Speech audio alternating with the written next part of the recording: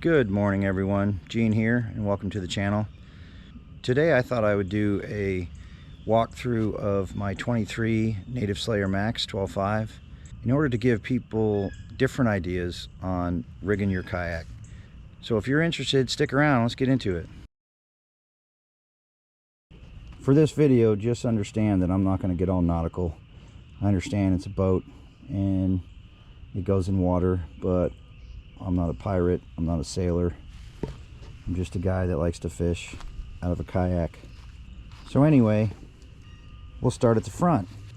Here is just a standard, I don't even remember where I bought this. It's just a Velcro leash thing.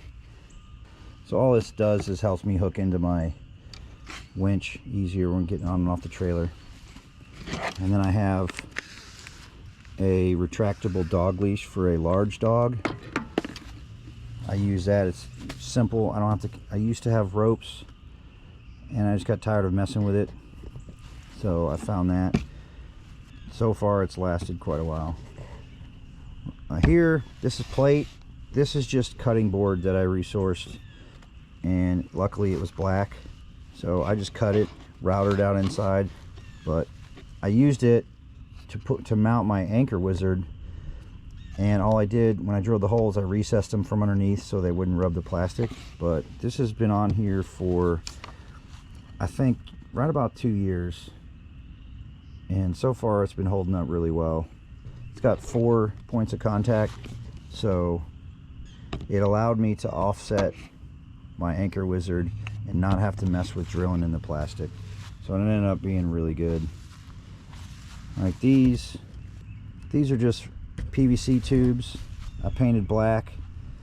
I attached them with zip ties and those roto clip things for your paddles generally, and then I put fishing rod sleeves in there so it doesn't hit the guides. And I did this because for whatever reason, I don't know, not too long after I bought the kayak, the stock rod tubes that were on there, rod holders, cracked, and I didn't mess with trying to get them replaced. I just put these on, and I really only use these when I'm fishing the river. I only bring 2 rods, and if I'm going under something, I slide them in there. So it's been pretty good so far. I haven't had any issues with them. And this here is just T-slot aluminum square stock that I found. And I just sanded it down and painted it and mounted it here with some track bolts. And that's what I use to mount my fish finder too. So right here, I made these spacers. It's just cutting board spacers.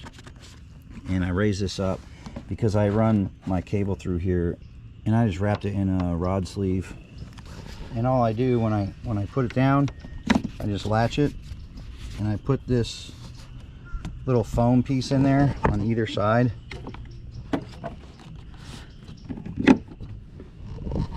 and that holds it from sliding left and right.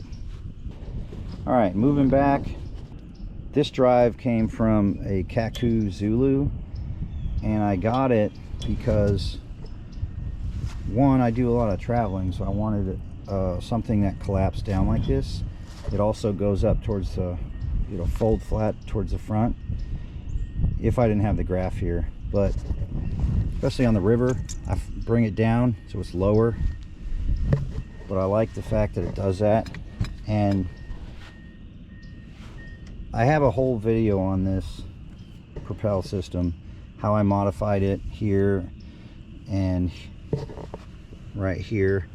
So go check that out if you want to see how I modified it to fit on the Native Slayer. I did add this. I like this little thing, this Yak Attack phone mount. I think it's awesome. All right, moving back. This here is not the original seat that comes on the 23 Native Slayer. This seat is the Millennium Marine seat. It's the same seat that comes with the new Native Titan X, from what I understand. It's real similar anyway. It just doesn't have the Native logo on it, but it was considerably less expensive. And then this mounting bracket right here is from a new canoe, which it happened to be the same width as the track from the Native. And then I just have underneath, you drop this down and you can pull the seat.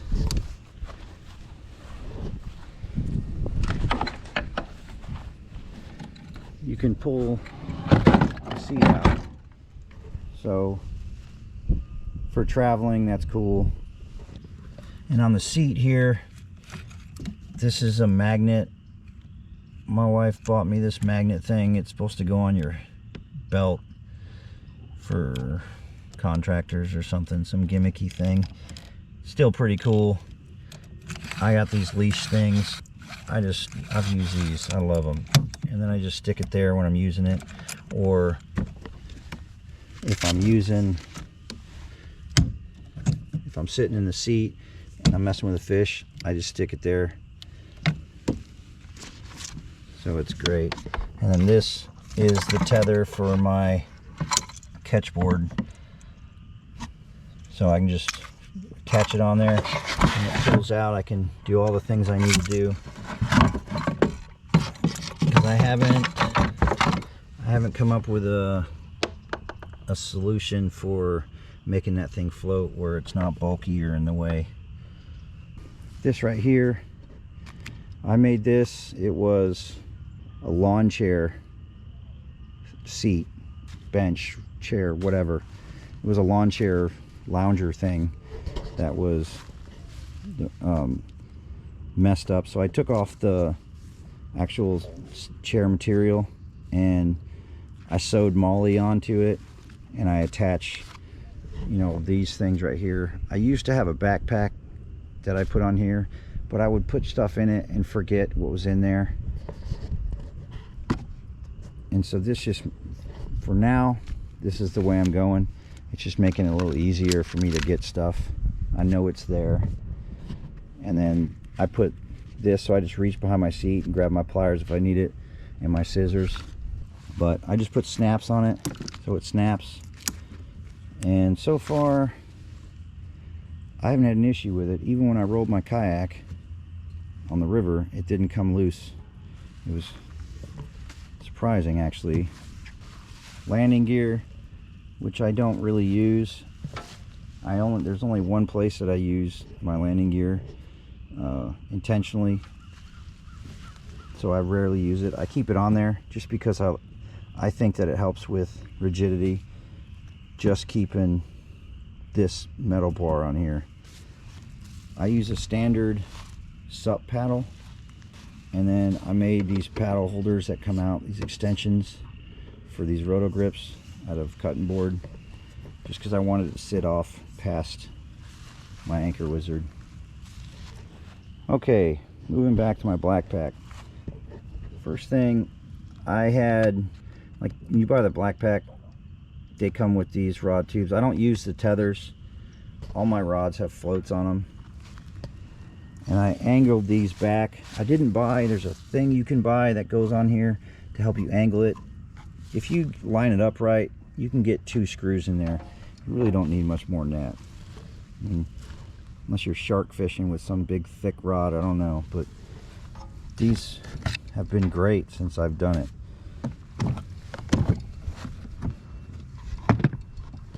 Up here, I just have a cutting board spacer with 2 of the, my leader lines that I use the most, and then I attach these to the existing holes just to hold keys and whatever I need to hold in the dry storage.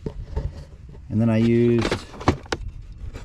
got this little cutting board here as a spacer, because I generally only carry these 3 boxes when I'm fishing, and then my terminal box right here, and I have a battery, and then this is where I have another USB mount. I actually drilled through the Blackpack for that, but it's whatever. That USB generally goes for my rear GoPro. And then my pole, you can buy the fancy poles with the lights and all that stuff on it. That'd be cool. Maybe one day I will, but I got this monopole. It was on Walmart clearance for like $5, and just a green flag, zip tied. And my hula girl, I do have lights. Usually if I'm out before the sun comes up, I have a light right here. I had one here. I have two on the front. I have a headlamp, and then I attach another light here if I need to. So I have plenty of light. And then I attach my Blackpack right here with these Yak Attack whatever tie down things, and an old strap, so I attach it. It never comes off. All right, here I was gonna run USB power right here for something I can't remember, but I didn't want to drill into the hole, so I just drilled through this. This is easy enough to replace, and I siliconed it, used yoga mat underneath. That way if I ever need USB for something, I have it. All right, and here is my rear anchor wizard. And I have a video on my channel of how I put this rod sleeve on here, because this line, I had to replace it. It was cutting into the plastic tubing for the anchor wizard, so it was fraying my line. So far it's been an easy, inexpensive, and effective solution to having this line fray. So go check that video out if you want to. I have another cutting board that I put on here, routed out the holes for the handles. I had this on here before I even got the motor, because I wanted it on this side, because my other anchor wizard's on the opposite side in the front. So this helps balance everything out. And again, I didn't want to drill into my kayak putting this stuff in, so this was an easy option, and it has 6 points of contact holding this thing down. And then when I had the motor installed, Jeff from LC Anglers just mounted it straight to the bolt holes that it was already, because it's all lines up. So it's been pretty good so far. And then here's my Torpedo 1103. I put these bars, and it's just aluminum. I had them in my scrap pile, but I put them on there because when I have my motor raised, it stops the motor from slamming side to side, so it stays straight up. Because when the motor is in the up position, it rolls to one side or the other, and it throws off the balance a little bit on the kayak. It may not seem like much, but it's noticeable. So I did that. I still haven't cleaned it up and made it look nicer, but whatever, it works. All right, everyone, that's my kayak. That's what I'm rolling with. A lot of it was resourced through Goodwill, cutting boards, various crap that I find there. Most everything else, the Yak Attack stuff, the Anchor Wizard stuff, I got from LC Anglers, and I'll put links in the description if you want to check that out. The motor, LC Anglers. The seat, all that stuff. The seat I bought from LC Anglers, and the bracket for New Canoe. And the main thing with going to Jeff from LC Anglers is you can throw ideas at him, and he's really good at thinking outside the box. He's really good at brainstorming and helping you come up with ideas for how you fish your kayak, that kind of thing. He's not a New Canoe, or as you were, he doesn't sell natives, but he's pretty knowledgeable with kayaks and rigging and coming up with cool and unique ideas for setting your kayak up. So go check him out. He's pretty good at coming up with ideas for how you want to do things. Other than that, that's it for me. Thank you for watching the video. I really hope that this was informative especially for newer anglers. I mean, I've only been doing this a few years, but I just like coming up with different things, different setups, things that work for me. I mean, that's half the fun.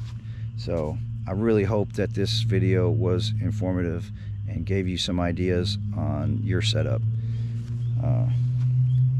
So with that, thank you for watching, and I hope to see you on the next one.